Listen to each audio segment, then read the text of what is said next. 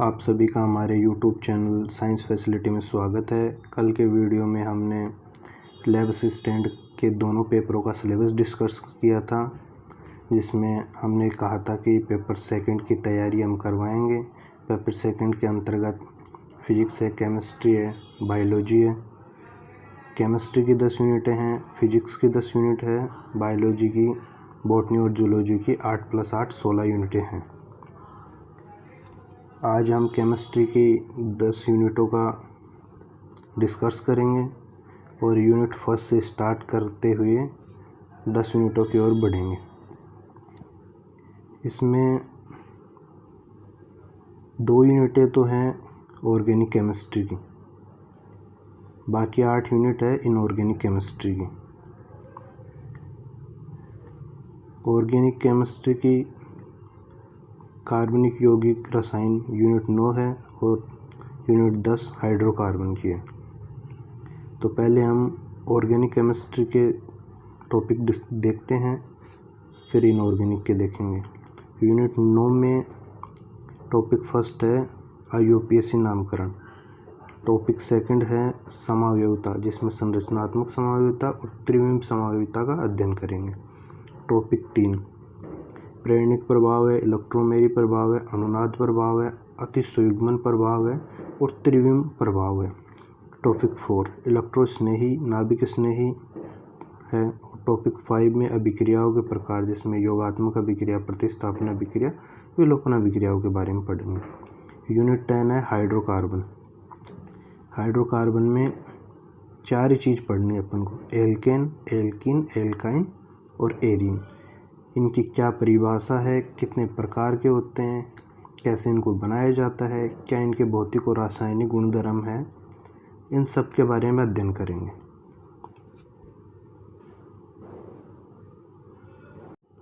अब हम inorganic chemistry की यूनिटें देखते हैं। इसमें यूनिट फर्स्ट है परमाणु संरचना, यानी एटॉमिक स्ट्रक्चर। इसमें टॉपिक फर्स्ट है परमाणु। परमाणु के मूलभूत कणों के बारे में पढ़ेंगे, जैसे इलेक्ट्रॉन, प्रोटॉन, न्यूट्रॉन। यूनिट इसमें टॉपिक सेकंड है रदरफोर्ड का मॉडल। रदरफोर्ड का मॉडल देखेंगे। टॉपिक 3 है क्वांटम संख्याएं। टॉपिक 4 है अफबाऊ का नियम। टॉपिक 5 है फाउलिक अपवर्जन का सिद्धांत। टॉपिक 6 है हुंड की बहुलकता का नियम। टॉपिक 7 है आधुनिक आवर्त सारणी। टॉपिक 8 है कक्षक के प्रकार एवं आकृति, जिसमें S, P, D, F इनके बारे में पढ़ेंगे। टॉपिक 9 है परमाणु गुणधर्मों में परिवर्तन। परमाणु के गुणधर्मों में परिवर्तन, जैसे आकार है, आयनन वियोग है, इलेक्ट्रॉन बंधुता है, विद्युत ऋणता है। फिर यूनिट 3 है रासायनिक साम्य। इसका फर्स्ट टॉपिक यही है कि रासायनिक साम्य की क्या परिभाषा है। टॉपिक सेकंड है रासायनिक साम्य को प्रभावित करने वाले कारकों के बारे में पढ़ेंगे। टॉपिक 3 में ले-सातले का नियम पढ़ेंगे।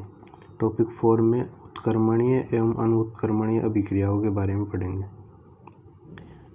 यूनिट 4 है आयनिक साम्य। इसका टॉपिक फर्स्ट अम्ल क्षार अनुमापन, कैसे अम्ल क्षार का अनुमापन किया जाता है। टॉपिक सेकंड है pH मान, pH वैल्यू क्या है, कैसे अम्ल क्षार को बताता है, वो देखेंगे। टॉपिक 3 समायन प्रभाव को देखेंगे। टॉपिक 4 बफर विलयन को देखेंगे। टॉपिक 5 सूचक एवं अनुमापन देखेंगे। यूनिट 8 है विलयन। विलयन को देखेंगे कि विलयन कैसे बनता है, विलय प्लस विलय दोनों से विलयन बनता है। फिर इसमें टॉपिक सेकंड है विलयनों के प्रकार, गैसीय विलयन, द्रव्य विलयन, ठोस विलयन, इन सब का अध्ययन करेंगे। टॉपिक 3 विलयन के अणु संख्या गुणधर्म देखेंगे। टॉपिक 4 वाष्प दाब एवं राउल्ट का नियम देखेंगे। टॉपिक 5 आदर्श एवं अनादर्श विलयन देखेंगे। टॉपिक 6 विलयन की सांद्रता, जिसमें मोलरता, मोललता, नॉर्मलता, फॉर्मलता, मोल, भिन्न, भार प्रतिशत, इन सब का अध्ययन करेंगे। यूनिट 7 है ठोस अवस्था।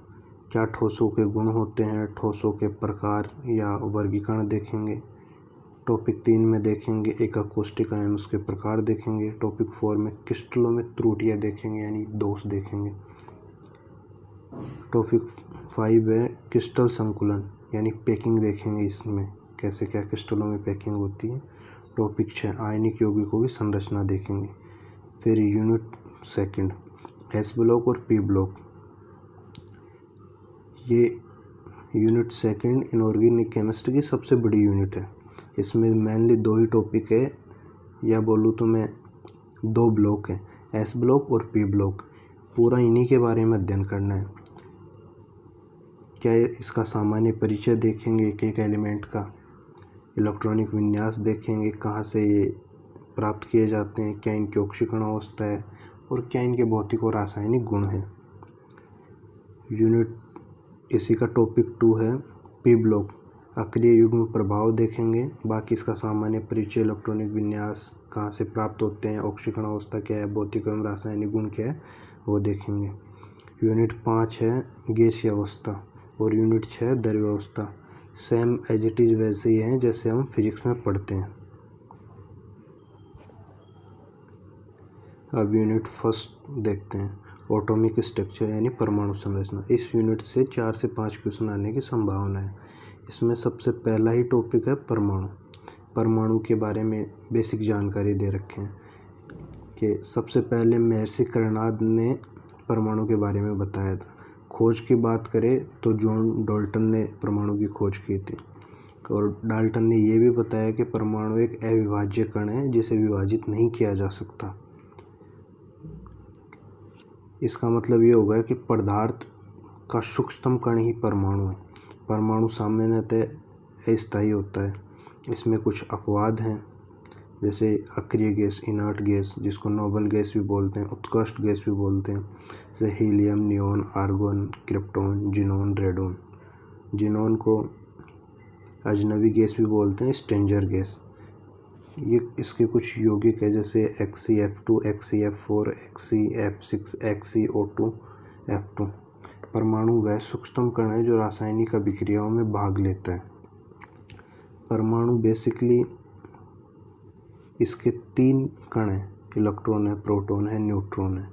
इसके बारे में देखते हैं, किसने इसकी खोज की, किसने इसको नाम दिया, कितना इस पे आवेश होता है, कितना इसका द्रव्यमान होता है। सबसे पहले इलेक्ट्रॉन की बात करें तो इलेक्ट्रॉन की खोज J.J. थॉमसन ने की, नाम स्टोनी ने दिया था। आवेश नेगेटिव होता है ये इलेक्ट्रॉन, आवेश होगा इस पे -1.6 × 10⁻⁻19 कूलम। द्रव्यमान 9.1 × 10⁻31 kg में है। AMU में बात करें तो 0.00054, या ये लगभग 0 के बराबर ही हो गया। प्रोटॉन की खोज की बात करें तो गोल्डस्टीन ने इसकी खोज की, नाम रदरफोर्ड ने दिया था। पॉजिटिव होता है और आवेश इलेक्ट्रॉन के बराबर ही होता है। इलेक्ट्रॉन का नेगेटिव है और प्रोटॉन का पॉजिटिव है। 1.6 × 10⁻⁻19 कूलम। द्रव्यमान 1.6 × 10⁻⁻27 kg। AMU में बात करें तो 1.00727, लगभग 1 AMU के बराबर हो गया। अब न्यूट्रॉन की खोज की बात करें तो जेम्स चैडविक ने ही इसकी खोज की, उसी ने इसका नाम दिया। आवेश कुछ होता ही नहीं है, यानी उदासीन है, न्यूट्रल है, इसलिए इसको आवेश रहित कण भी बोलते हैं, 0 आवेश है इसमें। द्रव्यमान इसका 1.67 × 10⁻⁻27 kg हो गया। AMU में बात करें तो 1.00867, जो लगभग 1 AMU के बराबर है। अब किसी तत्व का परमाणु क्रमांक प्रोटॉनों की संख्या की जानकारी देता है, अर्थात किसी परमाणु की बात करें तो परमाणु में प्रोटॉनों की संख्या कितनी होगी, ये निर्भर करता है कि उसका परमाणु क्रमांक कितना है। और परमाणु द्रव्यमान की बात करें तो प्रोटॉन प्लस न्यूट्रॉन, इनके योग के बराबर उसमें द्रव्यमान संख्या होगी। और किसी तत्व की रासायनिक क्रियाशीलता इलेक्ट्रॉन पर निर्भर करती है। अभिक्रिया की बात करें तो रासायनिक अभिक्रिया में इलेक्ट्रॉन भाग लेते हैं, जबकि नाभिकीय अभिक्रियाओं में प्रोटॉन और न्यूट्रॉन भाग लेते हैं। परमाणु गोलाकार होता है। परमाणु का केंद्रीय भाग को नाभिक कहा गया, जिसकी खोज रदरफोर्ड ने की। और वर्ताकार पथ को कोश कहा गया, कक्ष कहा गया या कक्षा कहा गया। सेल बोल सकते हैं, ऑर्बिट बोल सकते हैं, लेकिन कक्षक नहीं बोल सकते। इनकी मास की बात करें तो सबसे ज़्यादा मास न्यूट्रॉन का होता है, फिर प्रोटॉन का होता है, फिर इलेक्ट्रॉन का होता है। न्यूट्रॉन और प्रोटॉन का तो लगभग आसपास ही है, तो 1 AMU मान सकते हैं। अब इलेक्ट्रॉन की खोज की बात करते हैं। कैसे इलेक्ट्रॉन की खोज हुई, कैसे प्रोटॉन की खोज हुई, कैसे न्यूट्रॉन की खोज हुई। इलेक्ट्रॉन की खोज में एक वैक्यूम पंप लिया गया, निर्वात नलिका ली गई। इसमें क्या किया गया, एक कैथोड और एक एनोड लिया गया। फिर एनोड पे ZNS का लेप किया गया और एनोड पे छिद्र बना दिए गए। फिर इस निर्वात पंप में या नलिका में लो प्रेशर क्रिएट किया गया और हाई वैक्यूम उच्च निर्वात उत्पन्न किया गया। उसके बाद इसको हाई वोल्टेज से जोड़ दिया गया। जब हाई वोल्टेज से जोड़ दिया गया तो वैज्ञानिक थॉमस ने ये देखा कि कैथोड से एनोड की तरफ एक चमक उत्पन्न हुई। उस चमक को वैज्ञानिक थॉमसन ने इलेक्ट्रॉन नाम दिया। इलेक्ट्रॉन नाम देने से पहले उसको कैथोड किरण कहा गया और ये कैथोड किरणें ही आगे चल के इलेक्ट्रॉन माना गया।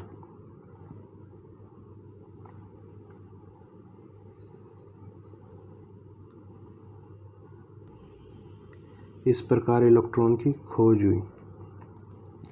जैसा कि इसमें डायग्राम भी दिखाया गया है, चित्र सछिद्र एनोड युक्त कैथोड किरण विसर्जन नलिका यानी कैथोड रे डिस्चार्ज ट्यूब।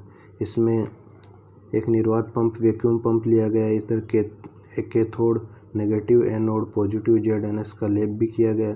फिर यहाँ से इलेक्ट्रॉन सीधी रेखा में गमन कर रहे हैं कैथोड से एनोड की तरफ। देखो नीचे एरो करके लिखा भी गया है। विसर्जन नलिका में कम दाब यानी लो प्रेशर और उच्च निर्वात यानी हाई वैक्यूम उत्पन्न कर धातु इलेक्ट्रॉन पर उच्च विभव लगाया गया तो नलिका में एक चमक उत्पन्न हुई। थॉमस ने बताया कि निर्वात में नलिका में उच्च वोल्टता लगाने पर कैथोड से एनोड की तरफ किरणों का प्रवाह हुआ तथा इन किरणों को कैथोड कहा गया। कैथोड किरणें ऋणावेशित कणों या इलेक्ट्रॉन से बनी होती है और कैथोड किरणों के गुणों के बारे में ये देखा गया कि ये एकदम सीधी रेखा में गमन कर रही हैं और चमक उत्पन्न कर रही हैं। अब ये विद्युत तथा चुंबकीय क्षेत्र से प्रभावित भी नहीं होंगी और जब ये इतनी तेज गमन कर रही हैं चमक उत्पन्न करते हुए, इनके मार्ग में यदि कोई गैस का आयन भी आ जाएगा तो उसका आयनीकरण हो जाएगा। इससे निष्कर्ष निकाला गया कि इलेक्ट्रॉन का द्रव्यमान जो होता है हाइड्रोजन परमाणु का 1/1837 पाया गया। आगे प्रोटॉन की खोज। प्रोटॉन की खोज में भी सेम ऐसा ही किया गया।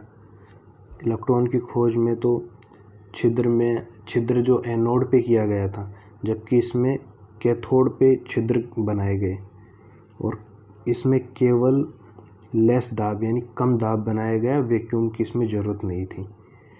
फिर डायरेक्ट सीधा हाई वोल्टेज लगाया और फिर ये पाया गया कि एनोड से कैथोड की ओर कुछ धन किरणें या निकली गई या एनोड किरणें निकली जिसे केनाल किरणें कहा गया।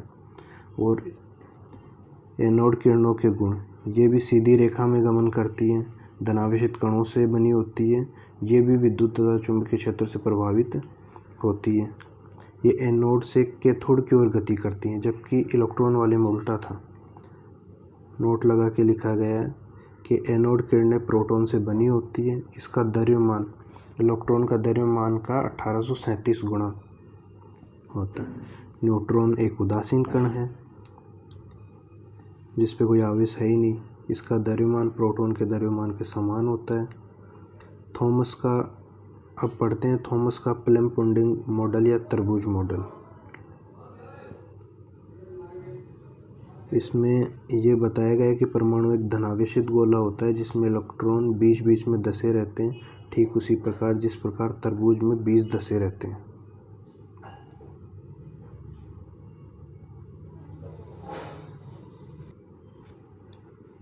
अब हमारा टॉपिक सेकंड है रदरफोर्ड मॉडल।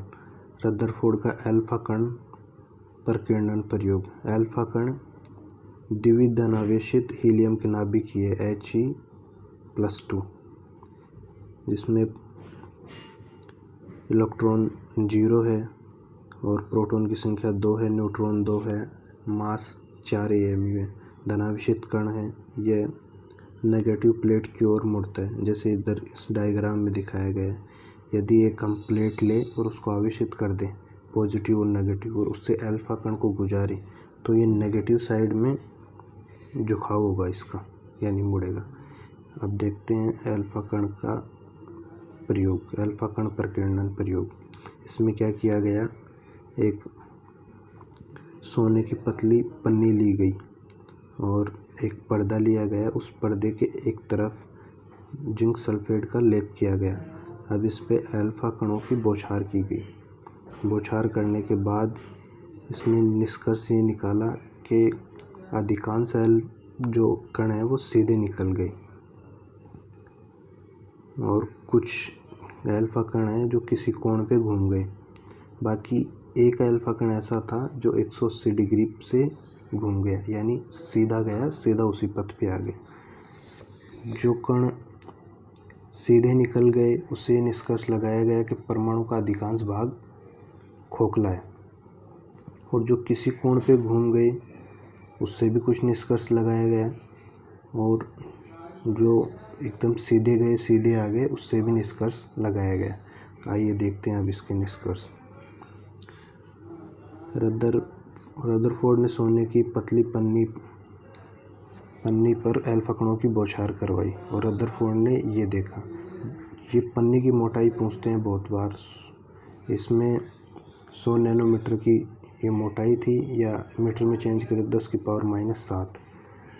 पहला इसमें निष्कर्ष, अधिकांश अल्फा कण बिना विचलित हुए सीधे निकल गए। इससे निष्कर्ष लगाया गया कि परमाणु का अधिकांश भाग खोखला है या रिक्त है, खाली है। सेकंड, ये कुछ अल्फा कण किसी कोण से विचलित हो गए।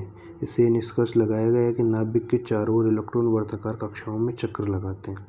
तीसरा, एक अल्फा कण जिस पथ पर गया था पुनः उसी पथ पर लौट आया। इससे निष्कर्ष लगाया गया कि परमाणु का समस्त धनावेश उसके केंद्र में निहित होता है, जिसे नाभिक कहा गया, अतः नाभिक की खोज का श्रेय रदरफोर्ड को जाता है।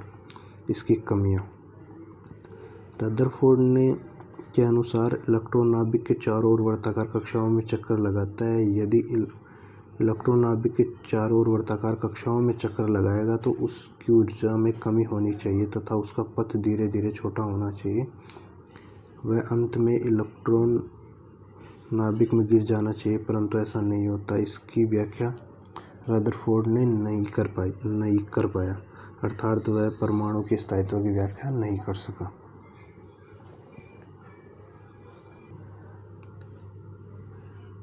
यदि इसको परमाणु कहें और इसको नाभिक माने तो इलेक्ट्रॉन ऐसे वर्ताकार पथ में चक्कर लगा रहा है।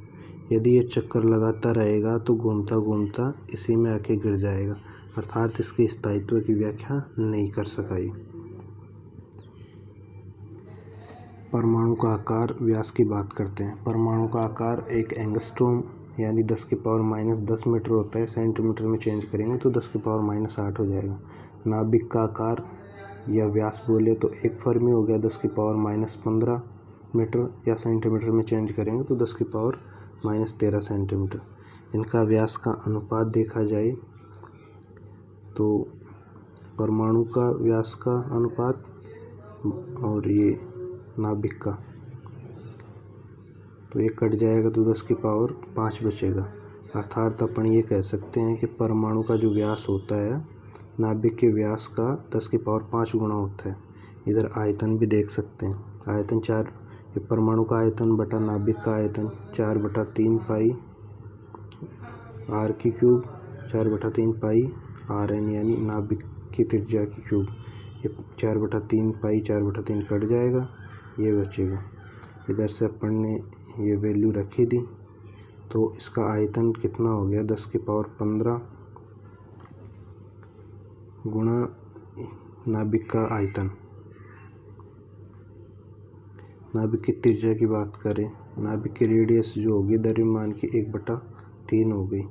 जहाँ R समानुपाती नियतांक है जिसका मान 1.3 × 10⁻⁻13 सेंटीमीटर हो गया। परमाणु में नाभिक के अतिरिक्त शेष भाग एक्स्ट्रा न्यूक्लियर पार्ट कहलाता है जिसमें इलेक्ट्रॉन पाए जाते हैं। नाभिक का घनत्व 10⁻17 kg सेंटीमीटर क्यूब हो गया।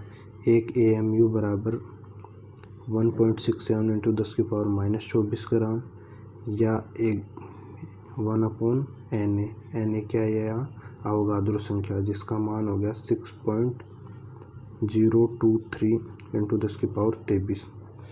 इसी को यदि kg में चेंज करें तो 1.67 × 10⁻⁻27 kg।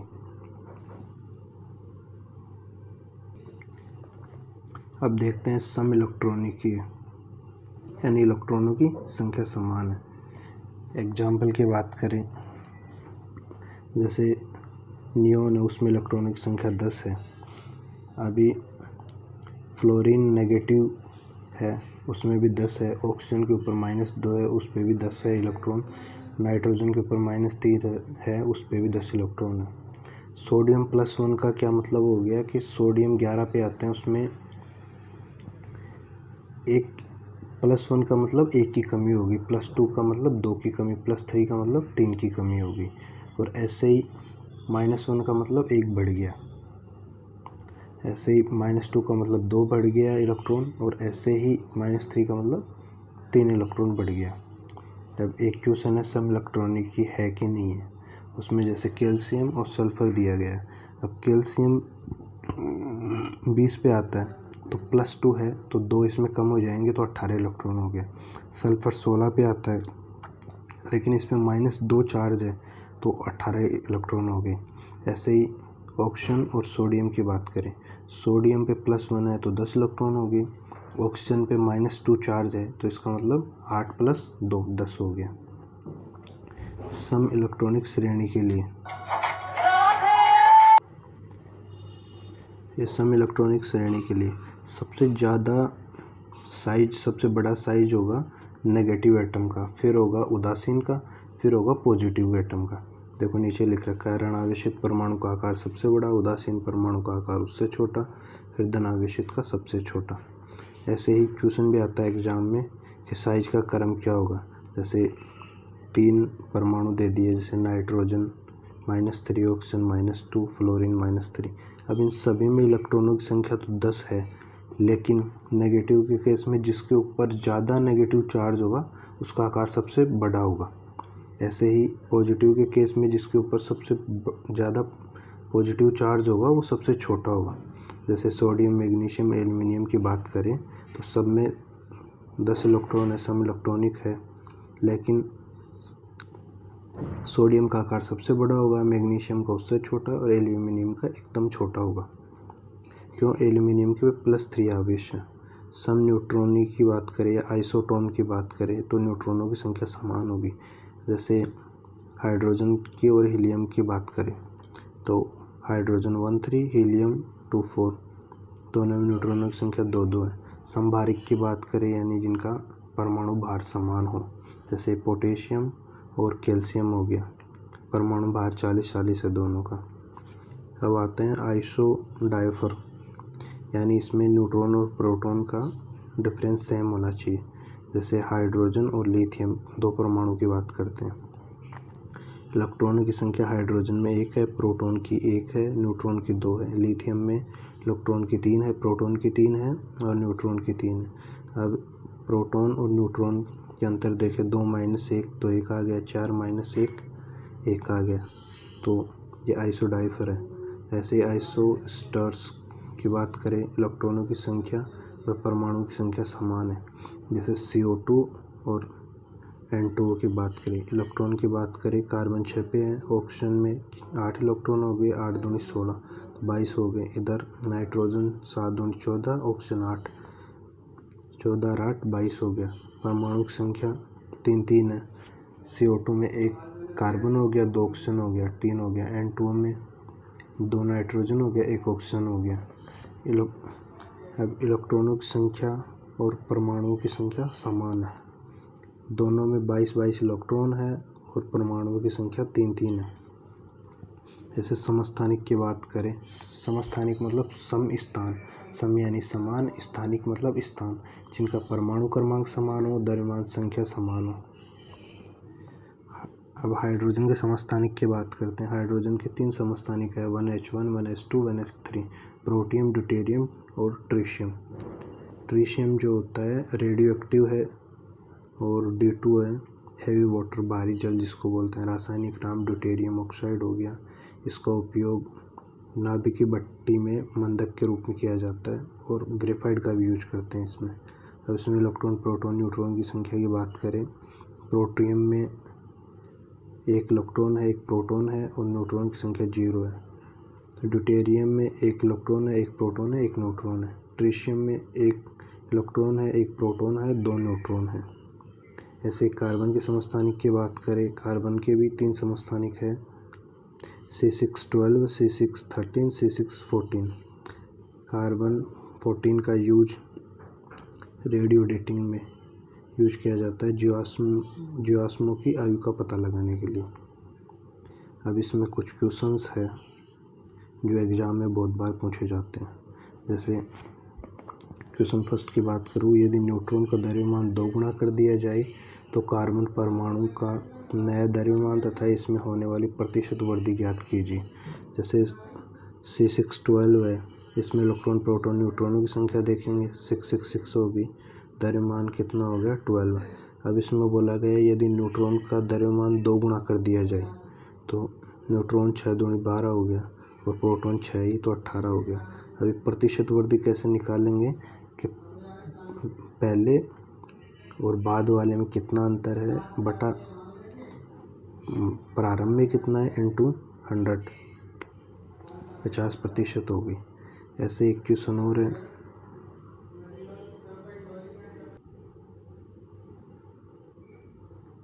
क्वेश्चन 2 है, यदि न्यूट्रॉन का द्रव्यमान दुगना, प्रोटॉन का द्रव्यमान आधा और इलेक्ट्रॉन का द्रव्यमान दुगना कर दिया जाए तो कार्बन का नया परमाणु द्रव्यमान तथा इसमें प्रतिशत वृद्धि ज्ञात कीजिए। कार्बन C612 का देखते हैं, इलेक्ट्रॉन, प्रोटॉन, न्यूट्रॉन तीनों 6 हैं, तो इसका परमाणु द्रव्यमान कितना हो गया 12 हो गया। अभी जो कंडीशन दे रखी है वो लागू करेंगे।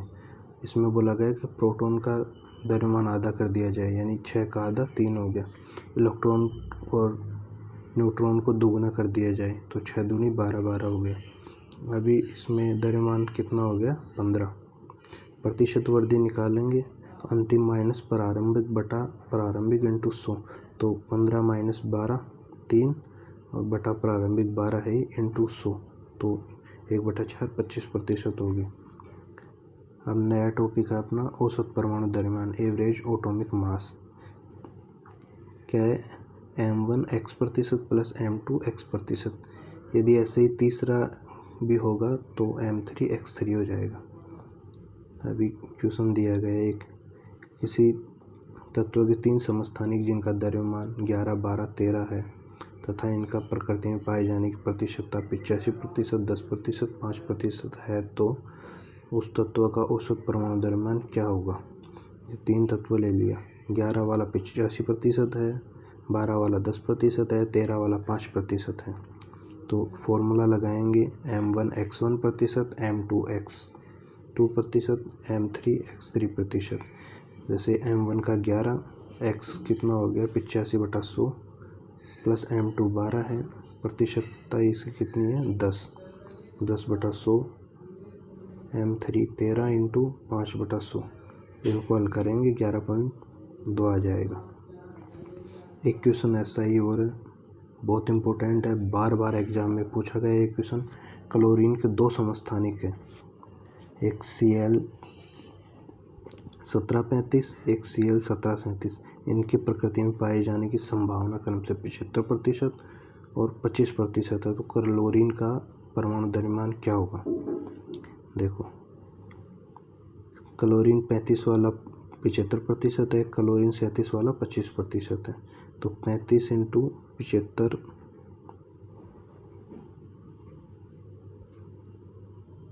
क्लोरीन 37 वाला 25% है, क्लोरीन 35 वाला 75% है, तो इसका देखेंगे 35 इंटू 75 बटा 100 प्लस 37 इंटू 25/100, इसको हल करेंगे 35.5। और ये क्वेश्चन कई बार एग्जाम में पूछा जा चुका है और आगे भी पूछने की इसकी संभावना है, तो अच्छे से देख लेना इसको। फिर अगला क्वेश्चन है कार्बन का एटॉमिक मास 100 AMU दे रखा है, तो ऑक्सीजन का एटॉमिक मास ज्ञात कीजिए। ये क्वेश्चन भी पूछता है। कार्बन का द्रव्यमान 12 हो गया, तो 12 एटॉमिक मास यानी न्यूट्रॉन और प्रोटॉन दोनों को मिला के 12 है, और इस 12 की वैल्यू दे रखी है 100 AMU, तो एक की वैल्यू निकालेंगे 100/12। अब ऑक्सीजन का द्रव्यमान कितना होता है 16, तो इसको 16 से गुणा कर देंगे तो 133.3 AMU आ जाएगा। अब इसके बाद कल पढ़ेंगे हम सेल ऑर्बिट के बारे में, KLMN के बारे में। आज यहीं तक देखते हैं 2 टॉपिक, कल अपना ये टॉपिक रहेगा नया क्वांटम संख्या। कल जो हमने डिस्कस किया था लैब असिस्टेंट का पूरा सिलेबस, इस वीडियो के लिंक में उसकी डिस्क्रिप्शन में उस वीडियो का लिंक मिल जाएगा। और ऐसे आगे भी हमारे पूरे वीडियो आते रहेंगे, तो प्लीज़ उनको अच्छे से देखना, समझना, और 100% आपका एग्ज़ाम निकल जाएगा। Thank you.